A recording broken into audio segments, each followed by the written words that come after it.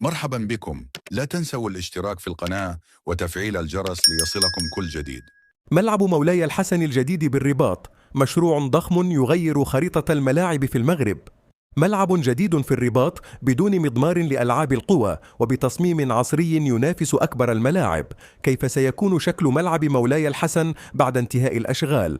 ومتى سيتم افتتاحه رسميا؟ في هذا الفيديو سنكشف لكم كل التفاصيل حول هذا المشروع الضخم.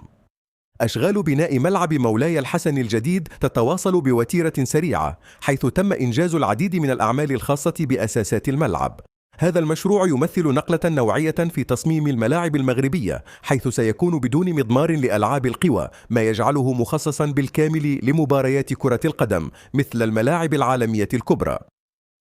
واحدة من أهم الإضافات في هذا المشروع هي التغطية الكاملة للمدرجات، مما يعني أن الجماهير ستكون في راحة تامة أثناء المباريات مهما كانت الظروف الجوية.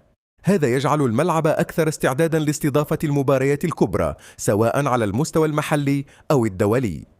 تحديث ملعب مولاي الحسن يعكس رؤية جديدة لتطوير البنية التحتية الرياضية في المغرب، خاصة مع اقتراب كأس إفريقيا 2025 وتنظيم كأس العالم 2030.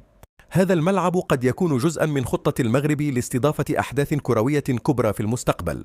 بحسب التوقعات سيتم الانتهاء من الأشغال قريبا ليصبح الملعب جاهزا لاستقبال المباريات في ظروف مثالية. لكن هل سيكون هذا الملعب الأفضل في المغرب؟ وهل سيجذب الجماهير كما هو متوقع؟ ما رأيكم في هذا التطوير؟ هل تعتقدون أن ملعب مولاي الحسن سيكون من بين أفضل الملاعب في المغرب؟ شاركونا رأيكم في التعليقات، ولا تنسوا دعمنا بالإعجاب والاشتراك لمتابعة كل جديد حول كرة القدم المغربية.